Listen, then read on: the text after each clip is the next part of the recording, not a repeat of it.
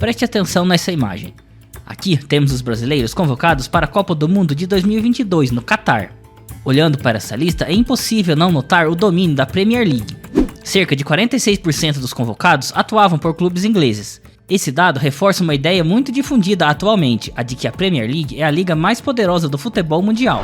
Porém, quando voltamos no tempo e observamos os convocados para a Copa de 2002, a diferença é chocante. A seleção que conquistou o pentacampeonato simplesmente não tinha nenhum jogador atuando na Premier League. Pelo contrário, a maioria dos atletas defendia clubes brasileiros ou estava espalhado por outras ligas europeias. Agora observe esse outro recorte. Aqui estão os 21 maiores jogadores brasileiros deste século.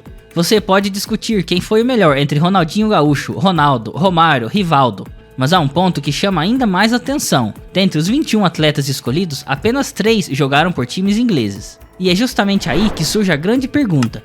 Se hoje a Premier League é vista como o centro do futebol mundial, por que os maiores craques brasileiros da história passaram tão longe dela? Por que os melhores jogadores do Brasil não atuaram na liga mais rica e midiática do planeta? E como explicar que atualmente jovens como Estevão e Luiz Guilherme sejam vendidos antes dos 20 anos para clubes ingleses, enquanto estrelas consagradas como Kaká e Cafu nunca jogaram na Inglaterra? E é isso que veremos no vídeo de hoje. Por que os maiores jogadores brasileiros nunca jogaram na Inglaterra? E antes de começar nessa história, já quero pedir para você deixar o seu like, deixar o hype e se inscrever no canal, para você não esquecer de fazer isso depois.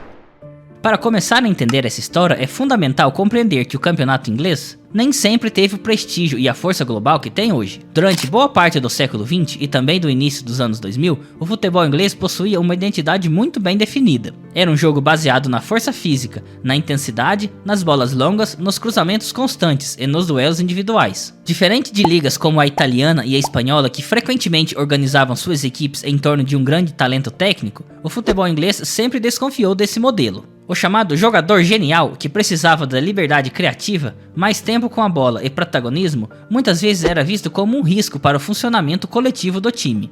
Na Inglaterra, o jogador estrangeiro sempre foi tratado com desconfiança. As regras da imigração eram severas, os vistos de trabalho difíceis de obter, e a própria Federação Inglesa não demonstrava interesse em facilitar esse processo. O futebol inglês se orgulhava de ser autossuficiente, baseado majoritariamente em jogadores britânicos, em um estilo físico, direto e tradicional. Além disso, existiam barreiras culturais e geográficas importantes. O clima inglês, com invernos rigorosos, presença de neve, poucas horas de sol e tempo constantemente nublado, afastava muitos jogadores. A língua inglesa, completamente diferente do português, também representava um obstáculo significativo em uma época que o suporte para a adaptação era praticamente inexistente. Mesmo que essa filosofia do futebol inglês possa parecer antiquada hoje, ela foi bem sucedida em termos de conquistas europeias. O Liverpool venceu 4 Ligas dos Campeões nesse período, o Nottingham Forest conquistou o torneio 2 vezes, e o Aston Villa também chegou ao título nos anos 80. No entanto, os elencos desses times eram formados quase exclusivamente por jogadores nascidos nos países do Reino Unido,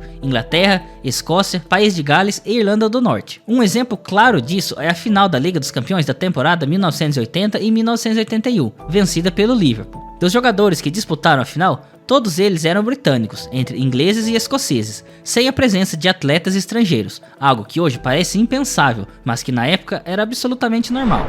Enquanto a Inglaterra ainda impunha inúmeras barreiras para a chegada de estrangeiros, a Itália vivia um movimento completamente oposto. O futebol italiano passou a tratar o jogo de forma estratégica, elevando o nível de organização defensiva, disciplina tática e leitura de espaço. Nessa época, o país atravessava um período econômico favorável, o que permitia salários altos e a contratação de grandes estrelas internacionais. Além disso, a Série A se beneficiou de uma forte exposição televisiva e de um equilíbrio competitivo raro. O campeonato passou a ser exposto como um produto global, atraindo a atenção de torcedores e atletas do mundo inteiro. Naquele contexto, jogar na Itália era o grande sonho de qualquer atleta de elite, incluindo muitos brasileiros. Nos anos 80, nomes como Zico na Udinese, Falcão na Roma, ajudaram a construir essa relação. Já nos anos 90, uma nova geração manteve essa tradição, com jogadores como Cafu no Milan e Aldair na Roma. Foram tantos brasileiros atuando na Itália que é impossível citar todos, então comenta aí qual nome importante eu esqueci de falar. Mas além da Itália, a Espanha também se consolidou como um destino muito buscado pelos atletas brasileiros. Após um período de instabilidade nos anos 70, o futebol espanhol passou por uma reorganização institucional e comercial, com Real Madrid e Barcelona assumindo papéis centrais tanto no cenário nacional quanto internacional. A Espanha oferecia um futebol mais aberto, menos físico e mais voltado à técnica, o que favorecia craques ofensivos e tornava a liga extremamente atrativa para sul-americanos. Nos anos 90, essa força se consolidou com a explosão midiática da La Liga, impulsionada pela televisão e pela globalização do esporte. Os clubes espanhóis passaram a investir pesado em estrelas internacionais, transformando o campeonato em uma vitrine global. Por lá, passaram uma geração brilhante de brasileiros. No Barcelona, nomes como Romário, Rivaldo e Ronaldinho Gaúcho marcaram época. Já no Real Madrid, Roberto Carlos e Ronaldo foram protagonistas. Além disso, os clubes de segundo escalão também enxergaram potencial brasileiro, como o Deportivo La Coruña, que contou com jogadores como Bebeto e Djalminha. Se você lembra de outro brasileiro que brilhou na Espanha e não foi citado aqui, deixa nos comentários também. Nessa época, os jogadores brasileiros também buscavam caminhos alternativos fora das duas grandes ligas mais tradicionais. Portugal surgiu como um destino natural, principalmente por fatores culturais e linguísticos. Clubes como Benfica, Porto e Sporting ofereciam sequência de jogos, visibilidade em competições continentais e adaptação ao futebol europeu. A Holanda cumpria um papel diferente, mais tático e formativo, influenciado pelo conceito de futebol total. O futebol holandês valorizava inteligência de jogo, técnica e entendimento coletivo. Clubes como Ajax e PSV eram reconhecidos por desenvolver atletas, dar liberdade ofensiva e preparar jogadores para o mais alto nível europeu. Por isso, quando um jogador brasileiro planejava se transferir para a Europa, esses destinos estavam sempre no topo da lista. A Inglaterra, ao contrário, costumava ser a última opção. Enquanto outras ligas europeias ampliavam sua popularidade impulsionadas pela globalização do futebol, o campeonato inglês seguia na contramão. A liga era mal vista internacionalmente, muito associada à violência nas arquibancadas e ao movimento hooligan, que marcou negativamente a imagem do futebol inglês durante décadas. Em 29 de maio de 1985,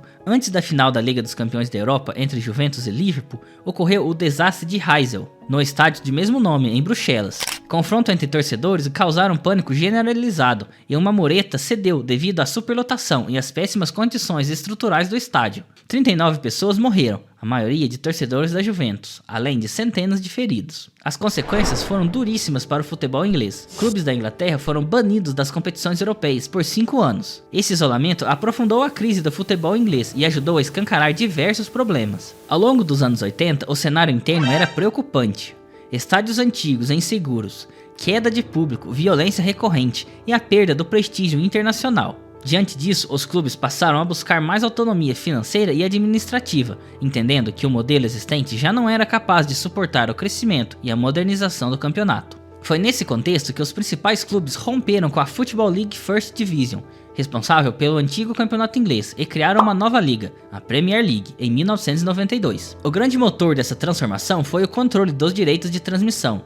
Os clubes passaram a negociar diretamente com as emissoras de TV, garantindo receitas muito superiores às do modelo anterior. Assim, a Premier League nasceu mais comercial, global e orientada ao entretenimento, abrindo espaço para investimento em infraestrutura, jogadores e marketing. Enquanto a Premier League ainda dava seus primeiros passos, uma decisão judicial acabaria beneficiando diretamente a nova liga e mudando para sempre o futebol mundial. A Lei Bosman, aprovada em 1995 pela Corte Europeia de Justiça, transformou profundamente o mercado do futebol europeu. A partir dela, jogadores da União Europeia passaram a ter o direito de se transferir gratuitamente ao fim de seus contratos, sem que o clube de origem recebesse indenização.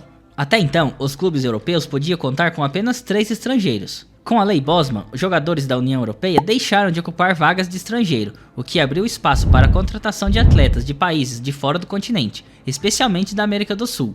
Foi nesse contexto que Juninho Paulista chegou ao Middlesbrough em 1995. Juninho rapidamente se destacou pela qualidade, visão de jogo e capacidade de decidir partidas. Virou ídolo de imediato da torcida, foi o principal nome da equipe e provou que o brasileiro podia brilhar na Inglaterra. Com as novas regras de aceitação de estrangeiros, o Arsenal se tornou um dos clubes que mais soube aproveitar esse novo cenário, principalmente sob a liderança de Arsène Wenger. Sua abordagem valorizava técnica, inteligência, tática e preparo físico moderno, buscando jogadores funcionais capazes de se adaptar a um futebol mais rápido e organizado.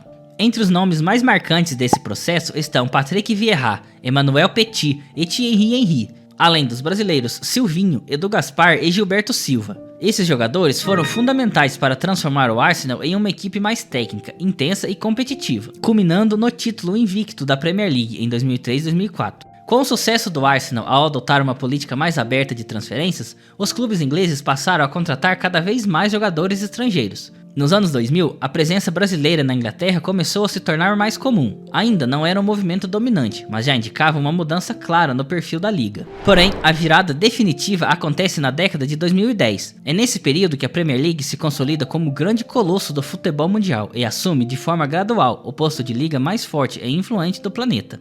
Ao mesmo tempo, a Série A não conseguiu acompanhar as profundas transformações econômicas, institucionais e comerciais que redefiniram o esporte. O primeiro grande golpe no futebol italiano foi o escândalo do Calciopoli em 2006, que abalou a credibilidade do campeonato, afastou patrocinadores e enfraqueceu clubes, historicamente dominantes. Paralelamente, a Itália demorou a modernizar seus estádios, muitos deles antigos, pouco lucrativos e pertencentes ao poder público, o que limitou severamente as receitas de bilheteria e exploração comercial. Na década de 2010, a diferença financeira se tornou decisiva. A Premier League passou a distribuir receitas de televisão muito superiores às das outras ligas, permitindo contratações mais caras, elencos mais profundos e maior competitividade interna. É nesse contexto que chegamos ao cenário atual. Hoje, jogar na Premier League se tornou o grande sonho de praticamente qualquer jogador.